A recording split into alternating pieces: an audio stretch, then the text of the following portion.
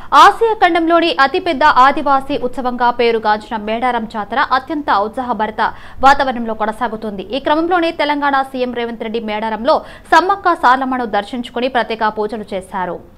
హైదరాబాద్ నుంచి ప్రత్యేక హెలికాప్టర్లో వచ్చిన ఆయనకు మంత్రి సీతక్క అధికారులు ఘన స్వాగతం పలికారు. వనదేవతలు సమ్మక్క సారలమ్మ అమ్మవార్లను సీఎం రేవంత్ రెడ్డి దర్శనం చేసుకున్నారు.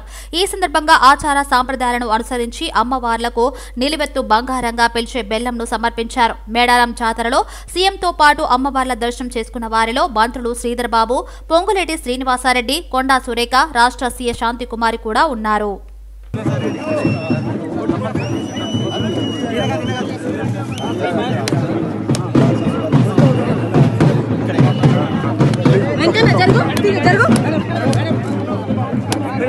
ఇంటికి ఉచితంగా విద్యుత్తునిచ్చే కార్యక్రమాన్ని ఫిబ్రవరి 27 తారీఖు నాడు సాయంత్రము ప్రారంభించబోతున్నాము. ఆ కార్యక్రమానికి శ్రీమతి ప్రియాంక గాంధీ గారు కూడా హాజరు కాబోతున్నారు. రాష్ట్రంలో ఉన్న చిక్కుముడులను అన్ని విప్పుకుంటూ ఒక్కొక్కటి పరిష్కరించుకుంటూ ప్రజలకు ఇచ్చిన హామీలను అమలు చేసుకుంటూ దాదాపుగా ఈరోజు ఉచిత బస్సు రవాణా సౌకర్యం కావచ్చు, లేకపోతే రాజీవ్ ఆరోగ్యశ్రీ ద్వారా 10 లక్షల రూపాయలు పేదలకు వైద్యానికి అందించడం కావచ్చు, ఇప్పుడు ప్రారంభించబోయే 500 రూపాయలకే సిలిండర్ కావచ్చు, అదేవిధంగా 200 యూనిట్ల వరకు ఇంటికి ఉచిత కరెంటు కావచ్చు. మేము వచ్చిన 60 రోజుల్లో 25,000 ప్రభుత్వ ఉద్యోగ ఖాళీలను భర్తీ చేసినాం. స్టాఫ్ నర్సులుగా 6,956 మంది, 441 సింగరేణి ఉద్యోగులు, దాదాపుగా 15,000 పోస్టులు పోలీసులు కావచ్చు, ఎక్సైజ్ కావచ్చు, అదేవిధంగా ఫైర్ డిపార్ట్మెంట్ కావచ్చు. వీటన్నిటితో పాటు మార్చి 2 తారీఖు నాడు మరొక 6,000 పైచలకు ప్రభుత్వ ఉద్యోగాలు భర్తీ చేయబోతున్నాము. మేము ఏదైతే 2 లక్షల ఖాళీలను భర్తీ చేస్తామని చెప్పినామో ఇలా గర్వంగా 25,000 ఉద్యోగాలు మేము భర్తీ చేసినామని ప్రజలకు కనిపించే విధంగా, కుళ్ళుకుంటున్న వాళ్ళకి వినిపించే విధంగా ఎల్బీ స్టేడియంలోనే వేలాది మంది సమక్షంలో నియామక భర్తీల పత్రాలు వాళ్ళ చేతికి అందజేసినాం. ఎందుకంటే ఇచ్చినా కూడా ఇయ్యలేదని అబద్ధ ప్రచారాలతోని గోబెల్స్ కంటే కూడా వాళ్ళ బాబుల్లాగా తయారై మామ అల్లుళ్ళు తండ్రి కొడుకులు మా ప్రభుత్వం మీద దాడి చేసే ప్రయత్నం చేస్తున్నారు. కాబట్టి ప్రజల కళ్ళెదురుగా నిరుద్యోగ యువకులకు ఉద్యోగ అవకాశాలు కల్పించినము. మేడారం సమ్మక్క సారలమ్మ మహాజాతర వైభవంగా జరుగుతుంది. ఇప్పటికే పెద్ద సంఖ్యలో భక్తులు మేడారంకు చేరుకుని మొక్కులు చెల్లించుకుంటున్నారు. ఇవాళ రాష్ట్ర గవర్నర్ తమిళిసై సౌందరరాజన్, కేంద్ర మంత్రి అర్జున్ ముండా మేడారం చేరుకున్నారు. ఈ సందర్భంగా గవర్నర్, కేంద్ర మంత్రి నిలువెత్తు బంగారం సమర్పించి అమ్మవార్లకు మొక్కులు చెల్లించుకున్నారు.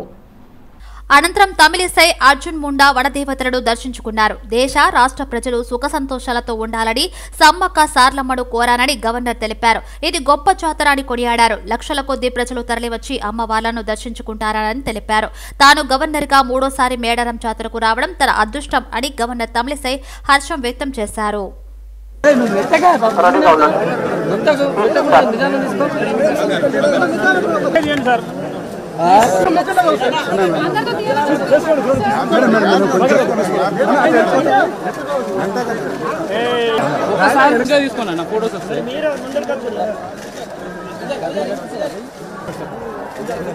భక్త మహాశయులకు విజ్ఞప్తి, దయచేసి ఒక్క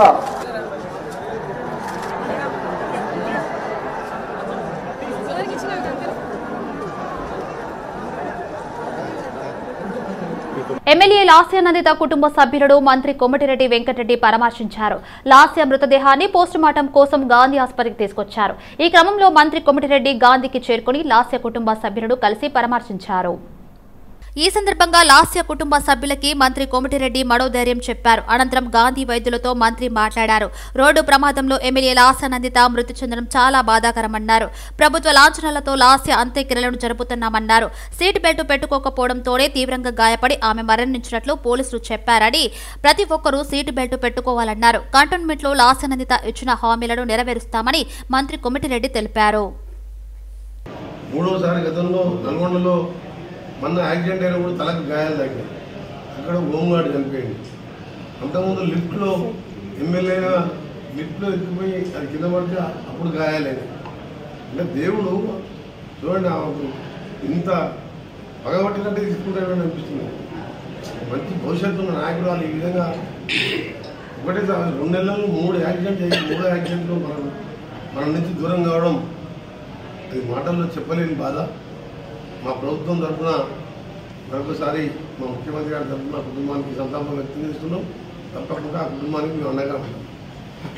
ఒక మంచి నాయకురాలు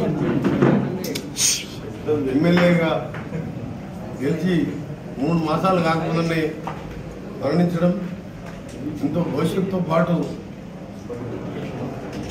ఎమ్మెల్యేగా గెలిచిన కొన్ని రోజుల్లోనే ప్రజలకు వాళ్ళ తండ్రిలాగానే ప్రజల మధ్య సంబంధాలు ఏర్పరచుకొని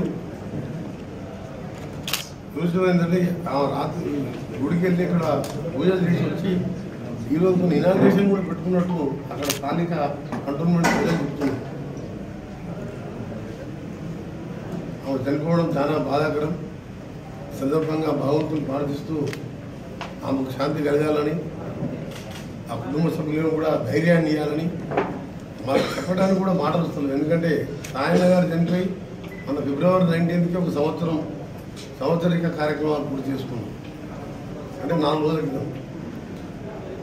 సంవత్సరం తిరగకుండే సంవత్సరం అయిన 4 రోజులకి ఆ కుటుంబంలో మళ్ళా ప్రజలతో ఎన్నికైన ఎమ్మెల్యే సాయన్న కూతురు మరణించడం చాలా బాధాకరం. సాయన్నతో నాకు వ్యక్తిగతంగా గత 15 సంవత్సరాలు ఇద్దరం కలిసి శాసనసభలో ఎమ్మెల్యేగా ఉన్నా, ఏనాడు ఆయన అధికారంలో ఉన్నా ప్రతిపక్షంలో ఉన్నా అందరితో మంచిగా ఉండేవాడు. ఆయనలాగానే తక్కువ సమయంలోనే లాస్యా నందిత కూడా అందరితో చురుగ్గా యాక్టివ్గా ప్రతిరోజు అసెంబ్లీలో కనిపించేది. యువ ఎమ్మెల్యే లాస్య నందిత మృతి పట్ల మాజీ సీఎం బీఆర్ఎస్ అధినేత కేసీఆర్, మాజీ మంత్రి కేటీఆర్ దిగ్భ్రాంతి వ్యక్తం చేశారు. లాస్య నందిత పార్థివ దేహానికి కేసీఆర్ నివాళులర్పించారు. చిన్న వయసులోనే ఎమ్మెల్యేగా గెలిచిన లాస్య నందిత మృతి చెందడం తనను కలిసివేసిందని కేసీఆర్ విచారం వ్యక్తం చేశారు. ఆమె కుటుంబ సభ్యులకు ప్రగాఢ సానుభూతిని తెలియజేస్తున్నామని, వారి కుటుంబానికి బీఆర్ఎస్ పార్టీ అండగా ఉంటుందని ఆయన హామీ ఇచ్చారు. చిన్న వయసులోనే ప్రజామన్ననలు పొందిన లాస్య అకాల మరణంగా చెందడం ఎంతో బాధాకరం. కష్టకాలంలో వారి కుటుంబానికి బీఆర్ఎస్ పార్టీ అండగా ఉంటుంది. శోకసంద్రంలో ఉన్న ఆమె కుటుంబ సభ్యులకు ప్రగాఢ సానుభూతి అంటూ స్పందించారు. బీఆర్ఎస్ వర్కింగ్ ప్రెసిడెంట్ కేటీఆర్ కూడా ఎమ్మెల్యే లాస్య నందిత మృతి పట్ల దిగ్భ్రాంతి వ్యక్తం చేశారు. వారం క్రితమే లాస్యను పరామర్శించారని, ఇప్పుడు ఆమె లేకపోవడం విషాదకరమని వ్యాఖ్యానించారు. ఈ విషాదకరమైన కష్టకాలాన్ని తట్టుకునేలా ఆమె కుటుంబ సభ్యులు, స్నేహితులకు శక్తి చేకూరాలని ప్రార్థిస్తున్నాను అని అన్నారు. మంచి నాయకురాలిగా ఎదుగుతున్న లాస్య నందిత చనిపోయిందనే వార్తను ఉదయం లేవగానే తెలిసిందని వెల్లడించారు. కాగా లాస్య ఇక లేరనే అత్యంత విషాదకరమైన షాకింగ్ న్యూస్ ఇప్పుడే తెలిసిందని కేటీఆర్ స్పందించారు. ఇటీవల రోడ్డు ప్రమాదానికి గురై స్వల్ప గాయాలతో బయటపడ్డ ఆమెను కేటీఆర్ స్వయంగా ఇంటికి వెళ్లి పరామర్శించారు. ఆ ఫోటోను ఈ సందర్భంగా కేటీఆర్ షేర్ చేశారు. కాగా సికింద్రాబాద్ కంటోన్మెంట్ నియోజకవర్గ ఎమ్మెల్యే లాస్య నందిత శుక్రవారం తెల్లవారుజామున రోడ్డు ప్రమాదంలో చనిపోయిన విషయం తెలిసిందే. ఓఆర్ఆర్ పై ఆమె ప్రయాణిస్తున్న కారు ప్రమాదానికి గురైంది. కారు రోడ్డు రైలింగ్ ను ఢీకొట్టడంతో ఆమె అక్కడికక్కడే ప్రాణాలు కోల్పోయారు. కృష్ణా గ్రామం నుండి కృష్ణమ్మ పాదాల దగ్గర పూజ చేసి విజయ సంకల్ప యాత్ర ప్రారంభించడం జరిగిందని, తర్వాత మేడారం అమ్మవారిల ఆశీస్సులను తీసుకుని ఇక్కడే వచ్చారని కిషన్ రెడ్డి అన్నారు. ఏప్రిల్ మొదటి వారంలో ఎన్నికలు ఉంటాయి, అవి మన భవిష్యత్తుకు సంబంధించిన ఎన్నికలన్నారు. రైతులు, కార్మికులు, ఉద్యోగులందరినీ కలిశాను. అందరూ మోడీ ప్రధాని కావాలంటున్నారు. కేసీఆర్ తెలంగాణ దోచుకున్నాడని మండిపడ్డారు. పేదల రాజ్యం కావాలని ప్రజలు కేసీఆర్ కుటుంబాన్ని ఓడించారని మండిపడ్డారు. బీఆర్ఎస్ కు ఓటేస్తే ఆ ఓటు మురిగిపోతుందని, ఆ పార్టీకి ఒక్క ఎంపీ సీటు రాకపోయినా నష్టం లేదని కిషన్ రెడ్డి అన్నారు. తెలంగాణలో గారడి చేసి కాంగ్రెస్ అధికారంలోకి వచ్చిందని విమర్శించారు. భారతీయ జనతా పార్టీ గెలవబోతుంది. ఒక సీటు కూడా హిమాచల్ ప్రదేశ్ లో వాళ్ళ ముఖ్యమంత్రి ఉన్న కాంగ్రెస్ పార్టీకి రాదు. లాస్య నందిత మరణ వార్త మాకు తీవ్ర దిగ్భ్రాంతికి గురిచేసిందని ఎంపీ లక్ష్మణ్ అన్నారు. బీజేపీ కార్యాలయంలో ఏర్పాటు చేసిన సమావేశంలో ఆయన పాల్గొన్నారు. ప్రజలు పెద్ద ఎత్తున పార్టీలకు అతీతంగా యాత్రలో పాల్గొంటున్నారని తెలిపారు.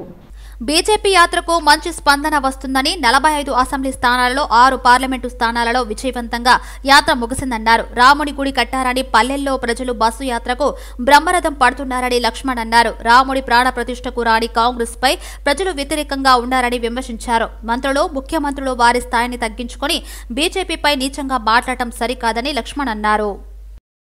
లాస్య మరణ వార్త తనను ఎంతో కలిచివేసిందని మాజీ మంత్రి తలసాని శ్రీనివాస్ యాదవ్ అన్నారు. పోస్టుమార్టం నిమిత్తం గాంధీ ఆసుపత్రిలో లాస్య నందిత పార్థివ దేహాన్ని తలసాని శ్రీనివాస్ యాదవ్ సందర్శించారు. ఎంతో రాజకీయ భవిష్యత్తు ఉన్న లాస్య ఆకస్మికంగా రోడ్డు ప్రమాదంలో మరణించడం ఎంతగానో కలిచివేసిందని తలసాని అన్నారు. తండ్రి సాయన్న మరణం నుండి కోలుకోకముందే ఈ విధంగా జరగడం చాలా బాధాకరమన్నారు. చిన్న వయసులోనే రాజకీయాల్లోకి వచ్చే ప్రజామన్ననలు పొందారని తలసాని అన్నారు. లాస్య నందితలో పార్టీకి తీరని లోటని కష్టకాలంలో వారి కుటుంబానికి బీఆర్ఎస్ పార్టీ అండగా ఉంటుందన్నారు.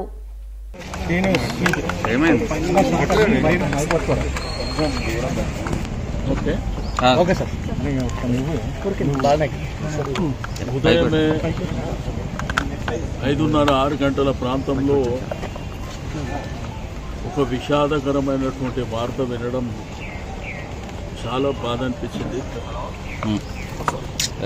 దివంగత నేత మరి సాయన్న గారు 40 సంవత్సరాల రాజకీయ చరిత్రలో అనేక సార్లు కంటోన్మెంట్ ప్రాంతానికి ప్రాతినిధ్యం వహించడం,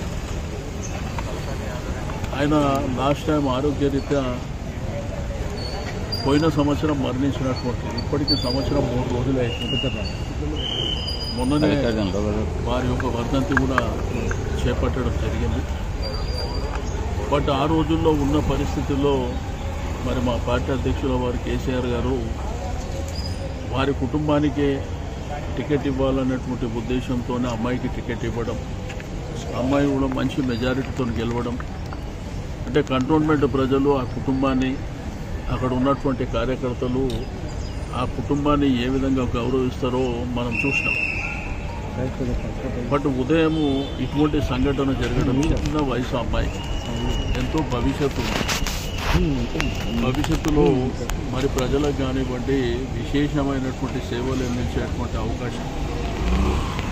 బట్ పొద్దున యాక్సిడెంట్లో మరణించిందని చెప్పి ఫోన్ రావడం, ఆ తర్వాత టీవీని చూస్తే ఆ టీవీలలో కూడా ఆ జరిగిన యాక్సిడెంట్ రిజల్ట్స్ చూపించడం మా అందరికీ చాలా బాధాకరమైనటువంటిదే కాకుండా చాలా విషాదకరమైనటువంటి. ఎంతో భవిష్యత్తు కలిగిన కంటోన్మెంట్ యువ ఎమ్మెల్యే లాస్య నందిత గారు రోడ్డు ప్రమాదంలో అకాల మరణం చెందడం ఎంతో బాధాకరమని మాజీ మంత్రి హరీష్ రావు అన్నారు. ఆమె ఆత్మకు శాంతి చేకూరాలని ఆ భగవంతుని ప్రార్థిస్తున్నారని ఆమె కుటుంబ సభ్యులు ప్రగాఢ సానుభూతి తెలిపారు. అనంతరం హరీష్ రావు ఆమెద హాస్పిటల్ కు చేరుకుని లాస్య నందిత భౌతిక కాయాన్ని సందర్శించారు. ఆమె కుటుంబ సభ్యులను ఓదార్చి వారికి ధైర్యం చెప్పారు. లాస్య మరణంతో కుటుంబ సభ్యులు కన్నీరు మున్నీరు అవుతున్నారు. కంటోన్మెంట్ ఏరియాలోని కార్ఖానా గృహలక్ష్మి కాలనీ ఆమె ఇంటి వద్ద విషాద ఛాయలు అలుముకున్నాయి. అభిమానులు పెద్ద ఎత్తున అక్కడికి చేరుకున్నారు. ఆమె భౌతిక కాయాన్ని పోస్టుమార్టం నిమిత్తం సికింద్రాబాద్ గాంధీ హాస్పిటల్ కు తరలించారు.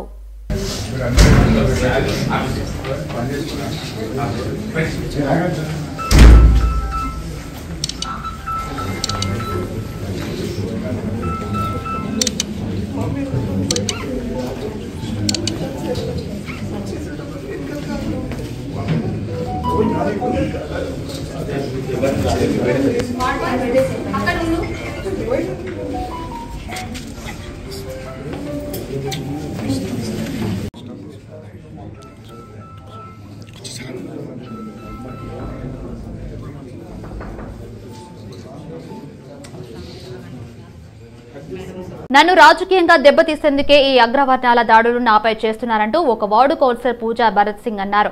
తుమ్కుంటలో నాకు ఉన్న పేరును చెడగొట్టేందుకు వారు ఎంతకైనా తెగిస్తారని భరత్ సింగ్ మండిపడ్డారు. 10 లక్షల రూపాయలు మాకు ఇచ్చారంటూ ఎలాంటి ఆధారాలు లేకున్నా మమ్మల్ని బెదిరించి భయభ్రాంతులకు గురి చేశారని పూజా భరత్ సింగ్ ఆవేదన వ్యక్తం చేశారు. నేను ఎవరికి భయపడకుండా నేనొక్కడినే కాంగ్రెస్ పార్టీలో ఉండి ప్రజలకు ఎల్లప్పుడూ అందుబాటులో ఉండి నాతోటి అయినంత వరకు సహాయ సహకారాలు అందిస్తూనే ఉంటారన్నారు. మీకు కూడా అందరికి తెలవాలని చెప్పి ఈ ప్రెస్ మీట్ పెట్టడం జరిగింది. గత 2 నెలల నుంచి అదే మధుసూదన్ రెడ్డి కానీ నేను కానీ వైస్ చైర్మన్ గారిని పలానా కాఫీ చాయ్ కాఫీ కలిసినప్పుడు కూడా మధుసూదన్ రెడ్డి ఏమన్నారంటే వైస్ చైర్మన్కి పెడదాము, చైర్మన్కి అవసరం లేదని చెప్పి అదే చైర్మన్ కూడా చెప్తే చైర్మన్ కూడా సరే మీ ఇష్టం అని చెప్పి అన్నారు. ఆ తర్వాత 2 నెలల తర్వాత పరిణామం ఏం జరిగిందో నాకు కూడా చెప్పకుండా, ఇన్ఫర్మేషన్ చెప్పకుండా ఒక 20 రోజుల కింద నన్ను పలానా ప్లేస్కి రమ్మని చెప్తే సరే అని చెప్పి వెళ్ళినా. ఆ రోజు కూడా నన్ను ఫోన్ చేసి ప్రెజర్ పెడితే వెళ్ళాల్సి వచ్చింది. సరే మేము పొద్దున్న లేసి ఒకటే పార్టీలో ఇద్దరం ఉన్నాం కదా, ఏది పోతే తప్పేముందని చెప్పి వెళ్ళి ఏమన్నా అంటే అరే ఇట్లా ఇంటికి ఫోన్ చేసి సంతకం పెట్టి ఇమ్మని చెప్పి అన్నారు. ఆ రోజు సండే 2:33 మధ్యలో వచ్చి సంతకం చేపించుకొని వెళ్ళాను. వాస్తవంగా ఆ రోజు ప్రతిదీ ఎప్పుడైనా చదివి సంతకం పెట్టేది మా విశేషం. సరే తెలిసిన వాళ్ళు వచ్చినారని చెప్పి సంతకం పెట్టింది. ఆ తర్వాత 3 రోజులకు నేనే మదనాన్ని పిలిచి డాడీ కానీ నేను కానీ అందరం నా ఇంట్లో పిలిచి నేను చేయను, అన్నం పెట్టాను సున్నం పెట్టాను అని చెప్పి క్లియర్గా ఆదేశాలు ఇచ్చి జరిగింది. అయినా వాళ్ళు మొండిగా కూర్చొని భరత్ ఎట్లా కూడా వస్తారు చేస్తారు. సరే నేను చేసేటోడిని, కాంగ్రెస్ పార్టీ క్యాండిడేట్ అయితే నేను చేయకపోతే తప్పు పట్టాలి, వాళ్ళు అంతా బీఆర్ఎస్ వాళ్ళే, కొత్తగా నేను బీఆర్ఎస్ అని ఎందుకు చేయాలని చెప్పి అదే సుధీర్ రెడ్డి ఎక్స్ఎమ్మెల్యే సుధీర్ రెడ్డి దగ్గరికి ఇంటికి ఆయన సీఎం క్యాంప్ ఆఫీస్ ఉంటే మినిస్టర్ ఫోటోలో ఉంటే అక్కడికి వెళ్ళి అన్న సుధీర్ అన్న నేను పెద్ద మనిషి 50వ డైరీ ఇండస్ట్రీ కాన్ఫరెన్స్ వచ్చే నెల 4 నుంచి 6వ తేదీ వరకు హైటెక్స్ ఎగ్జిబిషన్ గ్రౌండ్ లో నిర్వహిస్తున్నట్లు Indian dairy association Hyderabad chapter chairman Satish తెలిపారు. సోమయ్యగూడ ప్రెస్ క్లబ్ లో ఇందుకు సంబంధించిన బ్రోచర్లను అసోసియేషన్ ప్రతినిధులు రాజేశ్వరరావు, బీవీకే రెడ్డిలతో కలిసి ఆవిష్కరించారు. 3 రోజుల పాటు కొనసాగి ఈ సదస్సుకు ముఖ్య అతిథిగా ముఖ్యమంత్రి రేవంత్ రెడ్డి హాజరయ్యే అవకాశం ఉందని సతీష్ అన్నారు. సుమారు 2500 మంది దేశ విదేశాలకు చెందిన ప్రతినిధులు ఇందులో హాజరవుతారని తెలిపారు. పాడి పరిశ్రమ రంగంలో వస్తున్న మార్పులను పాడి రైతులకు వివరించేందుకు ఈ సదస్సు ఎంతగా దోహదపడుతుందన్నారు. డైరీ అసోసియేషన్ సౌత్ జోన్ మరియు తెలంగాణ చాప్టర్ ద్వారా ఈ మార్చి 4 నుంచి 6వ తారీఖు వరకు ఇండియన్ డైరీ అసోసియేషన్ ద్వారా మరి ఈ అసోసియేషన్ ద్వారా మీటింగ్ ఆర్గనైజ్ చేయడం జరుగుతుంది. డైరీ ఇండస్ట్రీ కాన్ఫరెన్స్ ఆర్గనైజ్ చేయడం జరుగుతుంది. దీంట్లో ఫార్మర్స్ యాజ్ వెల్ యాజ్ ఇండస్ట్రీస్కు సంబంధించినటువంటి ఎక్విప్మెంట్స్కి సంబంధించినటువంటి మ్యానుఫ్యాక్చరర్స్, తర్వాత ప్రొఫెసర్స్, టెక్నికల్ పర్సన్స్ కూడా అందరూ వచ్చి మరి ఈ మీటింగ్లో పార్టిసిపేట్ చేస్తారు. లేటెస్ట్ టెక్నాలజీ ఏముంది ఏంది అనేది ఈ యొక్క మీటింగ్ ద్వారా రైతులు, అదేవిధంగా మరి డైరీ ఇండస్ట్రీలో ఉన్నటువంటి డైరీస్ కూడా తీసుకునేందుకు ఆస్కారం ఉంది కనుక మీ అందరి సహకారంతో దీన్ని సక్సెస్ఫుల్ చేయాలని కోరుకుంటున్నాం. ఈ కాన్ఫరెన్స్లో ఫార్మర్స్కు టెక్నాలజీ అంటే ఎట్లా చేస్తే ఎక్కువ పాలు వస్తాయి ఏంది అనేది కూడా ఫార్మర్ సెషన్ ఉంటుంది కనుక వాళ్ళకి ఏమన్నా అంటే వాళ్ళకు అడిగేటువంటి క్వశ్చన్స్ కానీ వాళ్ళకు ఉన్నటువంటి అనుమానాలు కానీ నివృత్తి చేసేందుకు ప్రొఫెసర్స్ ఉంటారు. కంటోన్మెంట్ ఎమ్మెల్యే లాస్యానందిత రోడ్డు ప్రమాదంలో మరణించడం పట్ల ఖైరతాబాద్ ఎమ్మెల్యే దానం నాగేందర్, ఎమ్మెల్యే కడియం శ్రీహరి అన్నారు. లాస్యానందిత పార్థివ దేహానికి ఖైరతాబాద్ ఎమ్మెల్యే దానం నాగేందర్ నివాళులర్పించారు. చిన్న వయసులోనే నందితను కోల్పోవడం విచారకరమని కంటోన్మెంట్ ఎమ్మెల్యే దివంగత సాయన్న కుమార్తెగా లాస్యనందిత ప్రజల్లో ముద్ర వేసుకున్నారని ఎమ్మెల్యే దానం నాగేందర్, ఎమ్మెల్యే కడియం శ్రీహరి పేర్కొన్నారు. కార్పొరేటర్గా సమస్యలతో వచ్చే ప్రజల ఇబ్బందులను పరిష్కరించేందుకు లాస్యనందిత చొరవ చూపారని తెలిపారు. ఆమె మరణం దివంగత సాయన్న కుటుంబానికే కాకుండా కంటోన్మెంట్ నియోజకవర్గానికి, తెలంగాణ రాష్ట్రానికి తీరని లోటని పేర్కొన్నారు. లాస్యనందిత కుటుంబ సభ్యులకు తన సంతాపం, సానుభూతిని తెలిపారు. రాష్ట్ర వైద్య ఆరోగ్య కుటుంబ సంక్షేమ శాఖ మంత్రి దామోదర్ రాజనరసింహ సంగారెడ్డి జిల్లాలోని జహీరాబాద్ లో పర్యటించారు. అనంతరం జహీరాబాద్ మున్సిపాలిటీలో చేపడుతున్న అభివృద్ధి పనులపై సమీక్ష నిర్వహించారు. సమావేశంలో వేసవిలో త్రాగునీటి ఎద్దడి నివారణకు తీసుకుంటున్న చర్యలపై చర్చించారు. పట్టణంలో పెరుగుతున్న జనాభాకు అనుగుణంగా మౌలిక సదుపాయాల కల్పనకు దృష్టి పెట్టాలని మంత్రి దామోదర్ రాజనరసింహ మున్సిపల్ అధికారులకు ఆదేశించారు. పట్టణ పరిశుభ్రతపై దృష్టి పెట్టాలని మంత్రి సూచించారు. పట్టణంలో మురుగునీటి వ్యవస్థ, పారిశుద్ధ్యం, రోడ్డు మరమ్మతులు, చెత్త డంపింగ్ యార్డు సమస్యల పరిష్కారానికి సుదీర్ఘంగా చర్చించారు. ఈ సమావేశంలో జిల్లా కలెక్టర్ వల్లూరు క్రాంతి, అదనపు కలెక్టర్ చంద్రశేఖర్ పాల్గొన్నారు. జాతీయ సైన్స్ దినోత్సవ మతోత్సవాల సందర్భంగా ఈ నెల 29న ఉస్మానియా యూనివర్సిటీలో వైజ్ఞానిక సభ నిర్వహించనున్నట్లు విజ్ఞాన దర్శిని విద్యార్థి సంఘాల నాయకులు తెలిపారు. సభకు సంబంధించిన పోస్టర్ను ఆర్ట్స్ కళాశాల ఆవరణలో ఆవిష్కరించారు. ఈ సందర్భంగా విద్యార్థి సంఘాల నాయకులు మాట్లాడారు. విద్యార్థుల్లో వైజ్ఞానిక దృక్పథం పెంపొందించేందుకు ఇది ఉపయోగపడుతుందని విద్యార్థి సంఘాల నాయకులు అభిప్రాయపడ్డారు. ఈ సభలను మేధావులు, విద్యావేత్తలు, యువత పెద్ద ఎత్తున పాల్గొని జయప్రదం చేయాలని పిలుపునిచ్చారు.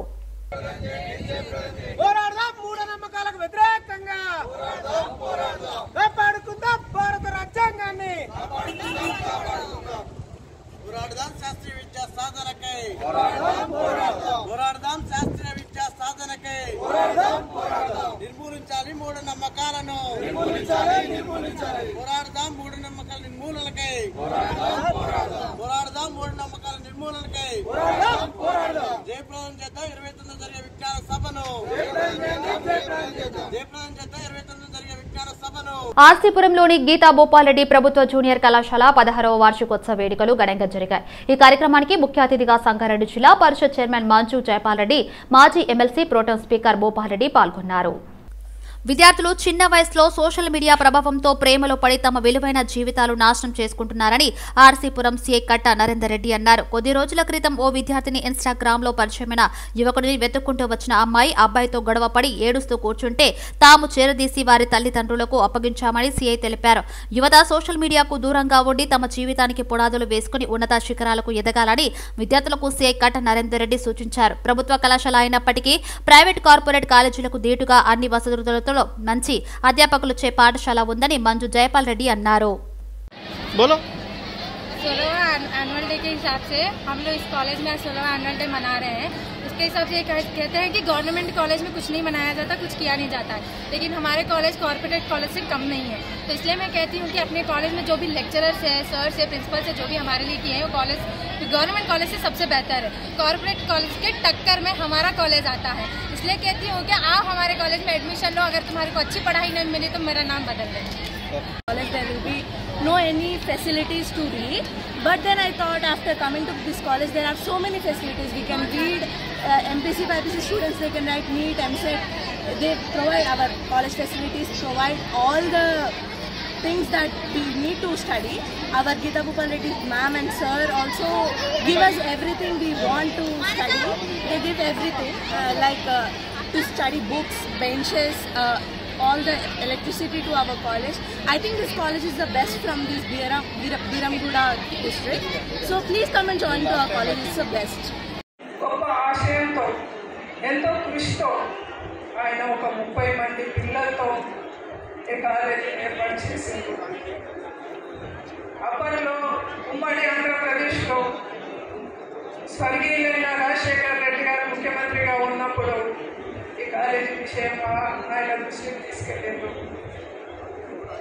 ప్రభుత్వం పరంగా నిధులు డిలే అయితే కూడా ఆలస్యం చేయకుండా విద్యార్థులు పడుతున్న ఇబ్బందులను దృష్టిలో పెట్టుకొని తన స్వంత డబ్బులతో ఒక 11 తరగతి గదులను పూర్తి చేసి విద్యార్థులకు సౌకర్యాన్ని కల్పించింది. ఆ 11 గదుల నుండి ఈరోజు 20 గదుల వరకు